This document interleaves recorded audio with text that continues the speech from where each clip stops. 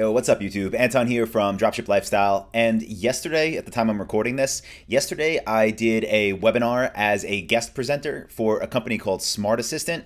Now the title of the webinar was Humanizing Digital Sales, How to Transfer Offline Selling Strategies to E-Commerce Stores. Now this webinar was recorded by Smartassistant, and when they get me a link to the replay, I'm going to post it on our Facebook page. So if you're not following that yet, go to facebook.com/dropshiplifestyle. Make sure you click follow, and then you'll get the replay link to that full webinar when it's ready. But what I wanted to do here on YouTube today is kind of give you the highlights and what I think is most relevant for most people that are watching this right now. So if you already have an e-commerce store, you have a dropshipping store, or even if you're looking to get into it, the tips that I'll share in this kind of clipped excerpt from the full webinar is definitely enough to point you in the right direction, help you start getting more conversions and more sales on your store, or put you in a position to, when your first store launches, to be able to get more conversions from day one. So that's what we're going to cover in today's episode of Dropship Weekly.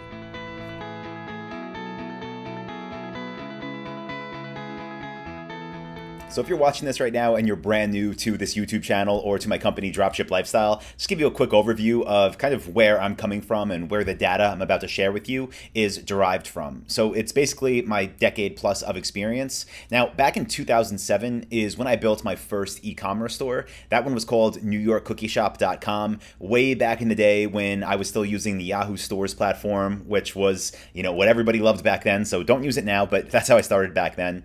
In 2008, after, really not too long of selling cookies online, I thought, why can't I just sell more expensive products, right? If I could sell $10 items and $20 items, what's stopping me from selling $1,000 items? So that's when I started to look into different websites that found products in China, and I actually started to import all different types of high-end goods, started bringing in containers from China to California to a warehouse there, selling them online, shipping them all around the country.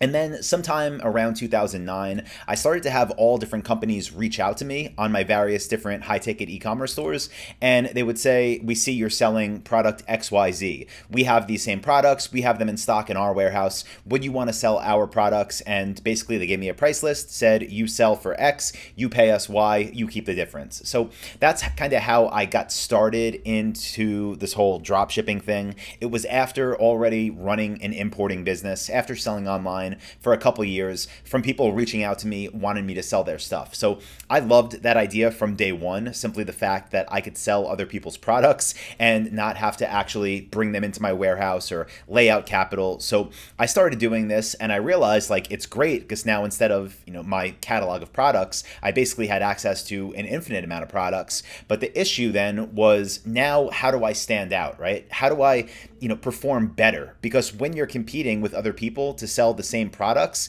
you have to do more, right? You have to be able to get people to actually earn trust. You have to earn their trust. You have to get them to convert. You have to get them to choose you. So since then, I've been honestly working on this like it's an everyday thing, but trying to figure out what levers to pull, what things we can implement, and really how to give our visitors the best experience possible so that they trust our business, so that they want to do business with us, and so that they choose our companies over other people's. So that's been my mindset and my mentality for the past decade. It was really interesting. About a month ago, I was scrolling through my Facebook feed and I saw this, right? I saw a copy of this report that the company Smartassistant put out. By the way, I highly recommend it.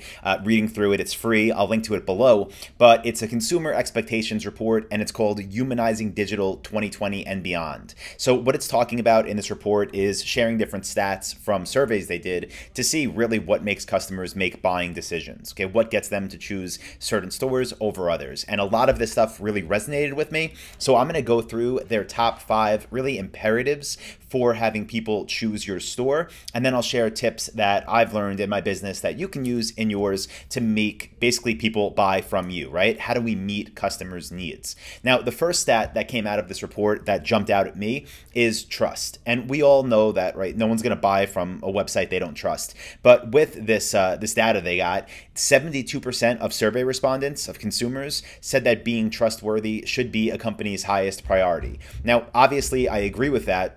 But it's funny, especially with drop shipping, there's so many of these stores out there that just obviously don't care about trust in the slightest. Like they use fake countdown timers. They use fake, inventory left in stock. They use these themes that just look like, it looks like a joke, right? And it's just like all in this face, overhyped marketing. That's not how you build trust. That's why I always really stress, like, if you want to build something for the long term, obviously you have to be honest and ethical with your customers, but you have to get them to trust you, or else nothing else matters. And the way you get them to trust you is not by lying that there's 2 left in stock and 10 were just sold, and that if they don't buy in the next 5 minutes, they're gone. So don't do any of that stuff. But if you want to build trust once people do find you, here's some ways that you could actually give the customer a unique experience and further increase that relationship and that bond that they have with your company. A big part of it is obviously reviews, but something that you should do beyond just getting generic, text reviews, which are great. And when I say text, I mean someone just types in, I loved so-and-so's company because X, Y, and Z. Now, those are important and you should have them, but a big way to build trust differently than other people are by using what I call multimedia reviews. So not only are you getting different text reviews, but you're getting images of the customers with your product. So let's just say you were selling, desks. Once the desk gets delivered, ask your customer if they could take a photo of it assembled in their home. If you're selling, whatever, surfboards, ask your customer if they could take a photo of the surfboard strapped to the top of their car. Now, that's one method of multimedia, right? What else can you do? Well, we love to use videos as well. So you can ask your customers for videos with their products. So it could be with an iPhone, right? It doesn't matter. Production quality isn't the most important thing. Just having real world examples on your website. You're going to put these all on your product pages, but of customers using your products. Again, unique to your store. No one else is going to have that. And it's going to help to increase that bond and that trust. Now, we usually incentivize our customers to send these in. So it could be something like, if you send this in, we're more than happy to extend a 15% coupon code to use on our store, right? So it definitely doesn't work 100% of the time, but it works some of the time. And every time you get one of these to add to your website, your conversion rates and your trust factor will just go up. So my tip there to make sure people trust you is, again, focus on multimedia reviews. Have it as an ongoing thing that's constantly happening in your business.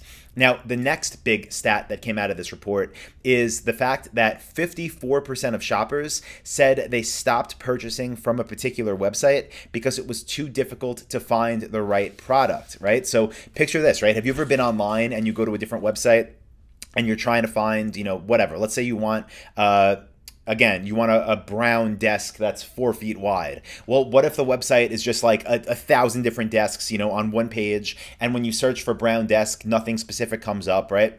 What you want to do here with a frictionless experience is make things as easy as possible on your visitor, right? Make it as easy as possible for the consumer. So some things that we do on our websites that maybe you could do on yours as well. The first is try to eliminate a bunch of different crazy shipping options where the customer finally gets to the cart, right? Then they see, do I want, DHL one day? Do I want FedEx overnight? Do I want USPS? And there's all these options and all these prices. Like whenever the customer has to think too much, that's a drop-off point. That's them leaving your website. So that's why whenever possible, we offer free shipping. And then of course, we absorb that cost. It's built into our product prices, but we don't have to worry about the fact like, okay, I hope, the person doesn't freak out when they get to the shipping page. So it's a lot easier. It increases conversion rates. If you can offer free shipping, definitely do it. Some other things that I'll cover a little bit later in this presentation are not having too many different add-ons to your product pages and not having too many variations of products, because the more, again, the customer has to choose, the less likely they are to actually buy. But I'll give you a real-world example of that a little bit later on in this presentation. And also the next thing that stood out to me is assistance and support, because 71% of website visitors actually said in the survey that they've switched to a competitor that provided an easier product finding experience. So with this, again, it's just different recommended products. It's having basically ways that you can guide your customers to what it is they actually want. And the more you could do this, especially if it's through like live chat and actual interactions, it's gonna, again, build that relationship that you have with your customer. It's going to lead to higher conversion rates. Next stat, right? Self-service. 88% of survey respondents said that stores should integrate digital sales assistants to help them choose. Now, this was interesting. I'm looking at the numbers. I printed out the numbers in front of me because, again, this is free information. It's super valuable. But this is things like customers wanting to have FAQ pages, product filters, things like searchable knowledge bases, right? all super important.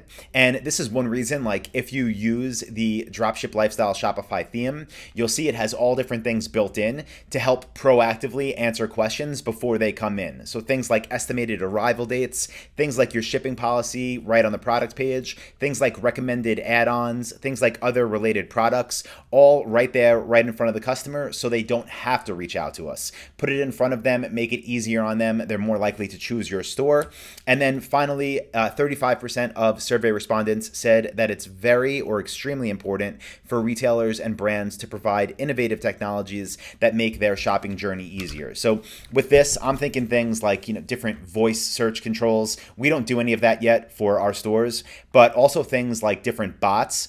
I'll tell you, we haven't had any kind of groundbreaking results with our messenger bots. We do use them, and you should too. But for this, you could do things like we do, like having an abandoned cart follow-up sequence through Facebook Messenger, and also shipping information and tracking updates through Facebook Messenger. That's kind of what you could plug in to this stat if you're making a list right now of things to implement onto your store. So those are some things you can do, some easy wins. Now let's talk about some things not to do. Okay, so one big mistake that I see all the time is people giving their visitors too many options. So you know the story, right, of Henry Ford and the Model T. It was available in one color. That color was black. Now, one of the reasons that was to make it easier on their assembly line and be able to actually push these things out. But guess what? When you do that, when you reduce the number of customer options, you also increase conversion rates. Let me give you another example, right?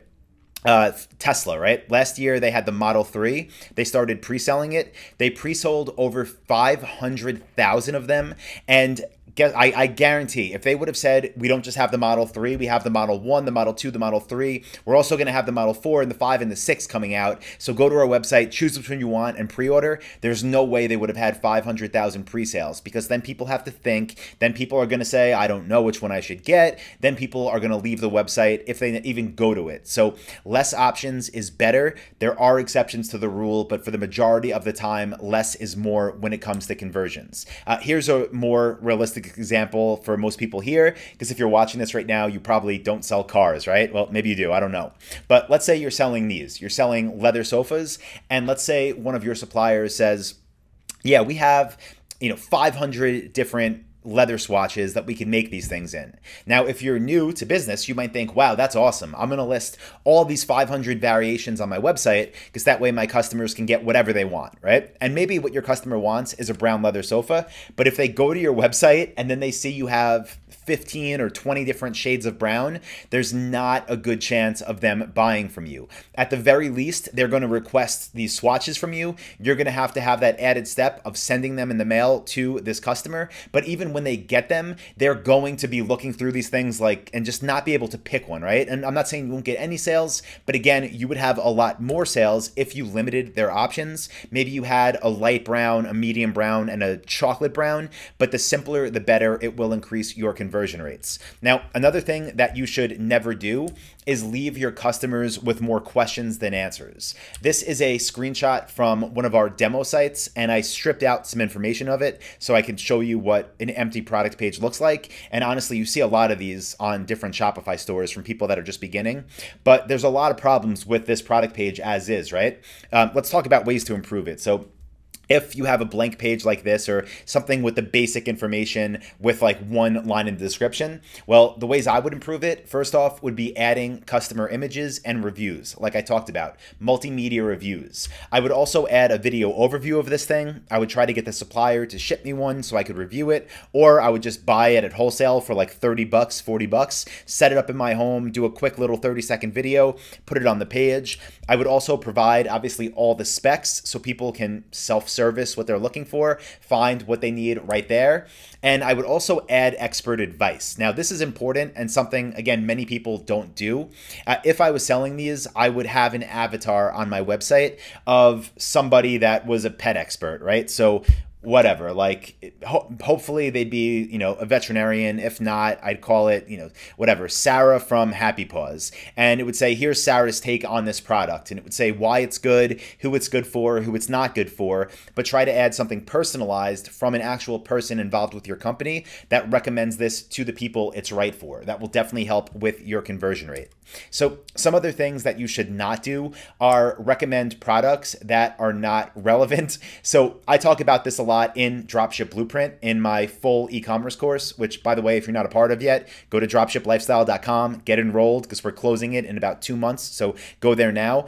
But what you don't want to do is recommend products that are not relevant, right? So if you're selling these leather sofas again and someone's on your website ready to drop $3,500 on this, you don't want them to see an ad for a Walmart sofa in the sidebar, right? It's not the same customer. Know your customers, know your visitors, show them things that they're actually interested in. Don't have them bounce from your website. The more you could do this, the higher your conversion rates will be.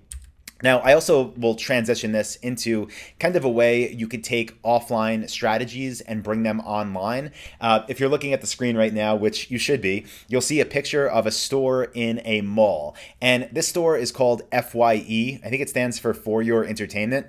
It's a store that sells CDs and DVDs and all stuff like that. Now, back in I don't even know. It was probably like 2003, 2004 when I was just out of high school in college. It might have even been before that, honestly. But right around then, one of my buddies got a job at one of these stores. And even back then, I asked him why, do you think this is going to work? How is this store in business? Why are people going there when you can go online and buy all the newest DVDs and all the newest CDs and everything? And he said, when he got hired there, they had a training, and the training was basically their supervisors or whoever, the manager, saying the reason our store exists is because our customers want that personalized experience. When they come in, they want people to engage them. They want people to recommend things to them. They want people to, actually help them out. Believe it or not, they want assistance. So not everybody in the world wants this, right? But people still do. And in the future, now and moving forward, more and more people are going to be looking for that online. So if you have one of these type of just generic stores that provides no kind of actual, human experience, you're going to miss out on all those people that want that. And if you can attract them to your store and give them what they want, you're really tapping into a whole different segment of the online shoppers. So that's why this store is still in business today. That's why people still shop there. But I'm telling you now, you could start to bring that experience to your websites. And if you're not doing it already, you should, because it's going to increase your conversion rates. And I'm assuming, my guess, my prophecy is in the next 3, 5, 10 years, the stores that do this are the ones that are still going to be around. So how are some ways you could do it? Well, the first is just treat your customers like humans. Honestly, someone walks through the door, again, don't do one of those scammy type of drop shipping themes where it's oh, big flashing, we have 3 left in stock and then there's 5 minutes and blah, blah, blah. No, if someone walked into your store and you started screaming at them like that, they're not going to buy from you, right? So treat your customers like humans, respect them, give them a reason to trust you. Like I mentioned, multimedia reviews, that's the way to do it. Show social proof from previous customers in as many ways as possible. Give them personalized advice. You want to build that human connection. That could be through live chat. That could be through a bot that engages with them, but build a connection. Give them what they already want, right? That's what I mean when I say don't recommend things that don't make sense for them, because even with a traditional type of retail sale, when the person walks through the door, they might not know exactly what product they want, but they know why they're there, right? They might need assistance getting the right thing for them, but it's your job to guide them to that right thing. So make sure you're giving them that. Also, you want to be able to always answer their questions before they ask them. So things like I mentioned before, but building out your product pages to basically allow your customers to serve themselves and have the answers to their questions before they have to call you or before they have to live chat you. Provide expert advice, very important. The example that I was just giving before of having a note from someone on your business on every product page that says who it's right for, who it's not for, it goes a long way. If you're watching this right now and you're well, Anton, I have 30,000 SKUs on my website, how am I ever going to do that? pick the top 10%, pick the top 5%, start there and see what it does for your conversions, okay? But very important. Finally, I'll wrap this up with talking about how to position yourself and your team as experts to build trust and loyalty online. Again, what I'm talking about with recommendations and how a lot of it has to do with actually having that authority, right? And having people trust you. That's why I like building these niche stores, not selling anything and everything, because when you do that, no one has any reason to trust you as the authority. So I just put this, generic stock photo that I just bought online up here to show you like different avatars. We have the student, we have the doctor, we have another doctor, we have a baker, right? We have a construction worker. So if you were selling building supplies, I would recommend having someone on your website like that had that avatar, right? Like a construction worker. And that person is the one giving advice for each product. If you're selling ovens and commercial kitchen stuff, have a baker like that, or have the chef. So the reason you're doing that is because it's tying a personality into your brand, and it's building that relationship with visitors, and that person or that avatar is guiding people to the right thing. So you want to play on that, play on your niche expertise, play on this expert to create the best expert level content. Also customize things like your live chat signatures and email signatures. So with live chat by default on your website, if it just says like support chat, right? That's fine. Like, it's better than nothing. But if you're selling, let's just say scuba gear, right? Scuba diving gear, it should say scuba support, right? Or speak to a scuba expert instead of just support center. You want to personalize it. Same thing with email signatures. It shouldn't say like customer service. It should say scuba diving support rep, whatever, tie it in. Like, you want to show what it is you do, show that off everywhere, because the expertise and the fact that you are niche is a huge advantage, and you got to let people know about it. Like I mentioned before, expert advice on every product page. And then also you want to be able to provide your visitors with personalized recommendations that pair them with the correct product. So you could do this with things like quizzes, things like surveys, things like just engaging them with actual conversations or with bots, but help to get a feel for who the person is that's on your website, and then point them in the right direction. Like I mentioned before, the reason people still go to traditional stores is because they want someone to guide them through a buying process. And the more you could bring that to your online store, the more sales you're going to get, and the better off you're going to be in the long term. So again, guys, this was kind of a recap of the webinar I did with Smartassistant.